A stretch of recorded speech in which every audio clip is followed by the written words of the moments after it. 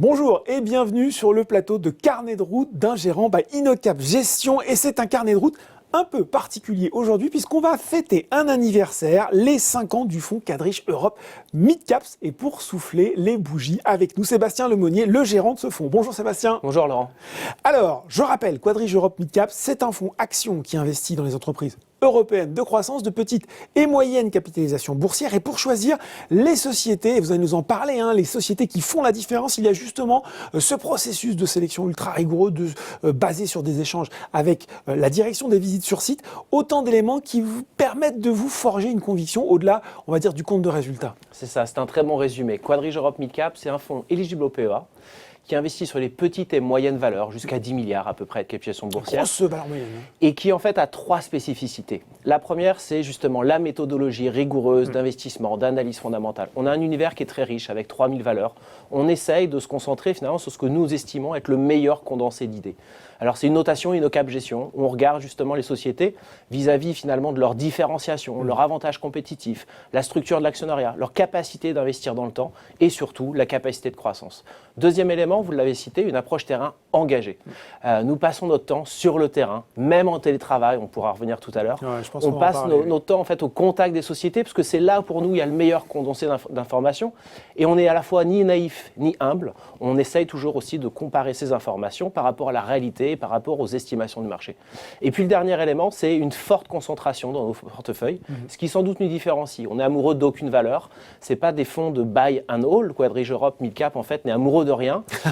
C'est un fonds concentré en moyenne entre 35 et 40 valeurs, des pondérations quand on a des fortes convictions qui peuvent monter jusqu'à 7-8%. Et ça implique une gestion très active, très pragmatique. On pourra revenir aussi, on a eu quasiment 3 portefeuilles différents au cours de l'année 2020, qui a quand même été tracheté. Et finalement, ça se compose sur 3 facteurs discriminants. La valorisation, pour se comparer bien sûr par rapport aux attentes du consensus. L'accélération de croissance, on cherche des valeurs de croissance, mais surtout pour leur côté accélération de croissance, qu'on essaye de capter. Et puis, le dernier élément, c'est l'identification d'éventuels événements qui peuvent amener des flux. On est des gérants small et mid-cap. Il faut savoir gérer la liquidité, à la fois en termes de risque, mais aussi en termes d'opportunité. Et donc, c'est ce condensé en fait, de grande rigueur et d'approche sur le terrain qu'on essaye de mettre en œuvre. Alors, grande rigueur, approche sur le terrain, voilà pour la philosophie du fonds. 5 ans, c'est jeune, et pourtant, pour un fonds, on pourrait presque dire que c'est l'âge de la maturité. Finalement, quel bilan, quels enseignements vous pouvez tirer de ces 5 années, salués, je me permets de le dire, quand même, par une belle progression du fonds? Merci. Alors, c'est vrai, on est satisfait. Le fonds, aujourd'hui, depuis son origine, donc depuis 5 ans, a un TRI qui est un peu supérieur à 10%, c'est-à-dire une performance un peu supérieure à 60% depuis son origine, et c'est une variation de plus de 20% par rapport à son indice de comparaison, le MSCI EMU Small Cap. Néanmoins, les performances passées ne préjugent en rien des performances futures. Et pour nous, en fait, le plus important dans cette performance, c'est surtout, en prenant du recul, la pertinence de notre approche de gestion. Quelques mots, le pragmatisme, la rigueur, l'approche terrain engagée et l'agilité. Et c'est ce qu'on essaye de mettre en œuvre dans la durée. Et c'est sans doute ce que cet anniversaire célèbre aujourd'hui. C'est la pertinence de cette philosophie d'investissement qui est sur toute notre gamme, la gamme Quadriche. Alors, vous l'avez dit, on le répète, effectivement, les performances passées, elles ne présagent pas des performances futures. Mais finalement, si on se projette cette fois-ci, plutôt que de regarder un œil dans le rétroviseur, quelle est votre vision sur le potentiel des valeurs moyennes sur le moyen, long terme, dans un contexte au sortir d'une année 2020 compliquée? Alors, pour être le plus objectif possible, prenons les résultats. Les résultats sont bons, satisfaisants, et si même on les compare au large cap, par exemple en prenant l'indice MSCI EMU Small, qui est l'indice de comparaison de Quadriche Europe, avec un indice large cap, le stock 600, sur 1 an, sur 2 ans, sur 3 ans, sur 5 ans, sur 10 ans et sur 20 ans, c'est exceptionnel, vous avez une surperformance, une surperformance quasiment sensible. Pourquoi là aussi? Parce que, comme vous l'avez dit, le passé ne préjuge pas du futur, prenons du recul et essayons d'analyser pourquoi. À long terme, on pense que structurellement, tout simplement sur les petites et moyennes valeurs, on a un condensé d'accélération de croissance, on a des organisations qui sont souvent plus efficientes, plus simplifiées, des concentrations sur des niches d'activité, très souvent, et c'est ce qu'on privilégie, des actionnariats familiaux, qui donc souvent ont une discipline dans l'allocation du capital qui est meilleure, et par conséquent, une accélération de croissance, une croissance à long terme qui est souvent supérieure aux indices large cap notamment. L'autre élément, c'est souvent une catégorie de marché, finalement, on a des OPA. Notamment en 2020, on a eu sur Quadrige Europe Midcap, malgré l'environnement, 2 OPA sur Isra Visio en Allemagne et sur Goala Closure. Pourquoi ? Parce qu'on a des spécialistes, on a des acteurs innovants qui amènent de l'intelligence dans des mondes déjà établis. Et donc, c'est ce que cherchent les gros acteurs. Donc, c'est une proie facile. Le dernier élément qui est peut-être plus conjoncturel, et ça c'est notre vision plutôt à 2-3 ans, on a aujourd'hui en fait ce qu'on estime une évolution du positionnement des investisseurs. Depuis 3 ans, on a eu plutôt des investisseurs en risque off sur les marchés financiers, notamment avec depuis 2018 des doutes sur la macroéconomie qui ont été amplifiés bien sûr depuis 2020 avec la crise sanitaire. Mais on se rend compte aujourd'hui qu'on a une sorte peut-être d'alignement des planètes, en tout cas c'est notre lecture, à la fois par les banques centrales qui agissent partout dans le monde, et peut-être il faut souligner que la Banque Centrale Européenne fait de la Fed finalement depuis presque 6 mois, ce qui n'était pas le cas sur la précédente crise, donc ça c'est une grosse différence. Ce n'est pas justement du coup une crise financière comme l'avait été 2008. L'autre élément c'est les plans de soutien. On a des plans de soutien records partout dans le monde. En Europe c'est 750 milliards, et quand beaucoup d'hedge funds il y a peu de temps shortaient l'Europe en pensant que l'Europe allait éclater, là au contraire on a plutôt la preuve d'une unification de l'Union européenne, donc c'est quelque chose de très fort. Ce plan Biden, 1900 milliards voilà, aussi, c'est ça. on a entendu parler. Donc plein d'opportunités. Et puis le dernier élément, c'est le vaccin. On l'a bien vu d'ailleurs, les marchés financiers ont positivement réagi. C'est difficile de savoir quand, mais on est sans doute jour après jour de plus en plus proche d'une issue à 3 mois, 6 mois, 12 mois, 18 mois, on ne sait pas. Mais ce n'est pas notre job. Notre job, c'est justement d'identifier ces gagnants. Et donc, on pense qu'on a un environnement qui est assez porteur. Et peut-être dernier élément à souligner, c'est que historiquement, les small et mid cap, justement par leur accélération de croissance, parce que ces acteurs spécialistes, sont souvent ces acteurs qui sont gagnants en début de cycle. Nous, on estime que depuis le 2e semestre 2020, on est justement au début d'un nouveau cycle boursier. On a acté finalement 10-11 ans de hausse indéfinie.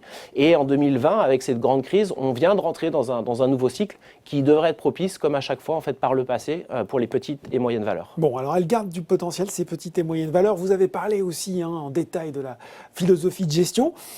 Qu'est-ce que vous répondez ? Ça va peut-être vous faire bondir aux gens qui disent finalement, pourquoi s'embêter à acheter des parts de fonds ? Il y a des frais, alors que je peux acheter un tracker, un ETF, bref, faire confiance à la gestion passive et me faire tout simplement porter par la performance d'un indice. Vous avez raison, c'est une réalité. Aujourd'hui, presque 80% des trades, des transactions boursières sont faits par des ordinateurs, des algorithmes. Et c'est sans doute pourquoi, d'ailleurs, la crise de 2020 est exceptionnelle dans sa durée, notamment dans la brutalité de la baisse, mais surtout sur un très faible temps. C'est-à-dire que d'habitude, une baisse fait en 3-4 mois. Là, ça a duré 4 semaines. Ça a été d'une violence extrême. Mais nous, on estime finalement qu'il y a un gagnant, si on prend un peu de recul encore une fois, c'est la gestion active. Parce qu'on a bien vu que la gestion active a été le grand gagnant de la crise de 2020, justement compte tenu des excès de marché, compte tenu de la forte volatilité, des changements brutaux de thématiques. Et il suffit juste de regarder les différences de performance entre les valeurs. On a eu des valeurs en portefeuille qui ont pu, par exemple comme Zoo Roseux l'année dernière, qu'on a acheté en milieu d'année, c'est une valeur qui sur toute l'année a pris plus de 200%.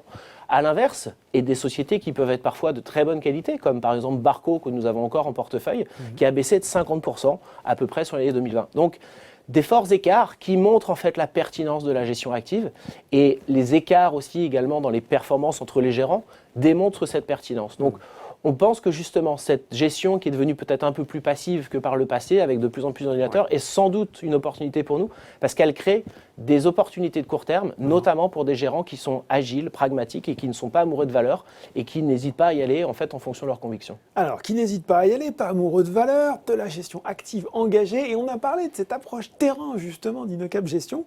Ôtez-moi d'un doute quand même. Comment on fait en 2020, alors qu'on est habitué à visiter des sites, à rencontrer les patrons, à serrer les mains, pour maintenir ce lien en webcam avec son casque vissé sur les oreilles, ça marche pareil ? Alors oui. Peut-être même mieux finalement, parce qu'on perd plus de temps dans les avions. Ouais. Et c'est vrai que même si je ne suis plus sur les sites, et ça me manque, donc il y aura toujours des visites de sites, donc dès qu'on pourra, on retournera voir les sociétés. En revanche, on n'a jamais fait autant de conférences call. En moyenne, tous les ans, Inocap Gestion, c'est 900 contacts sociétés. L'année dernière, j'en ai fait un peu plus de 420, rien que sur le fonds Quadrige Europe. Je vous disais tout à l'heure, on essaye de se concentrer sur ce que nous estimons être le meilleur condensé d'idées. Si on reprend l'année 2020, sur Quadrige Europe, j'ai eu entre 1 à 2 fois tous les 2 mois mes convictions d'investissement. On est collé à ces sociétés. Et puis finalement, oui, il y a du digital, oui, peut-être on est un peu moins proche, mais quand je suis dans mon salon avec ma fille qui vient juste de naître, et que de l'autre côté, finalement, j'ai le PDG de la société qui est aussi dans son salon, peut-être avec sa femme, bah, finalement, on n'a jamais été aussi proche. Et il y a aussi du lien, mais c'est parce que c'est pas quelque chose de nouveau, c'est quelque chose qu'on fait depuis des années. Et donc, ce lien continue. Quand on est en période de crise comme là, bah, on se serre les coudes. Et on a fait le même engagement sur le terrain. Et c'est la même chose depuis le début de l'année, puisque l'équipe est déjà à plus de 60 meetings avec des entreprises depuis le 1er janvier. Bon. On termine souvent ce carnet de route par une conviction, un choix d'investissement.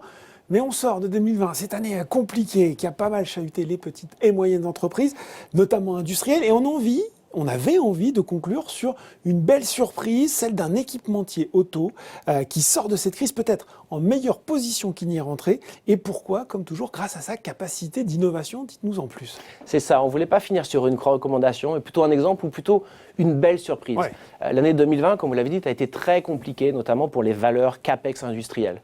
Mais on a eu la belle surprise de trouver cet acteur espagnol, Restamp, dont l'actionnariat est familial avec la famille Riberas, qui est aux commandes de la société depuis des années. Et en fait, on se rend compte que c'est un acteur qui finalement sort de cette crise, à grande surprise, gagnant, avec des fondamentaux plus forts, avec un positionnement meilleur, qui selon nous devrait lui permettre de croître plus vite demain, de gagner des parts de marché et de bénéficier d'un levier opérationnel plus fort. Alors pourquoi? C'est la vision industrielle d'une famille aux commandes, des dirigeants qui justement appliquent leur stratégie à long terme, avec des investissements, avec l'optimisation de leur structure de coûts, qu'importe les aléas de court terme.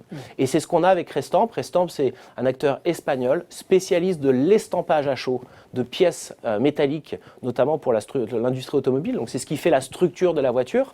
Aujourd'hui, il est gagnant parce que c'est le seul acteur qui, dans son industrie, a fortement investi ces 10 dernières années. Les investissements sont derrière nous, ça va se normaliser.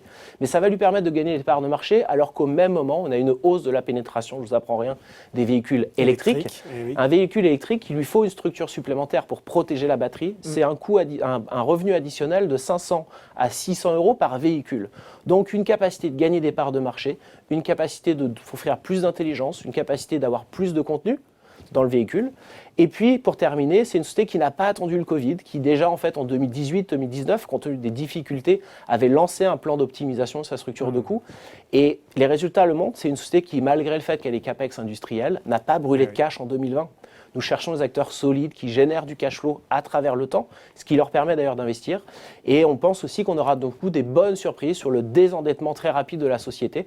En tout cas, c'est un exemple sur lequel on est assez convaincu. Et jusque-là, c'est une bonne surprise. On espère que l'avenir nous donnera raison. Et bien voilà donc pour ce bel exemple. Je vous souhaite à nouveau un bon anniversaire et on espère que même si le lien n'a pas été rompu en 2020, eh bien vous reviendrez nous parler de ces voyages sur site, nous faire découvrir des entreprises qui, en plus d'être de belles histoires de croissance, sont aussi de belles opportunités d'investissement. Merci beaucoup Sébastien Lemonnier, gérant du fonds Quadriche Europe Midcaps. Merci beaucoup. Ce carnet de route d'un gérant est désormais terminé. À très bientôt pour un nouveau numéro.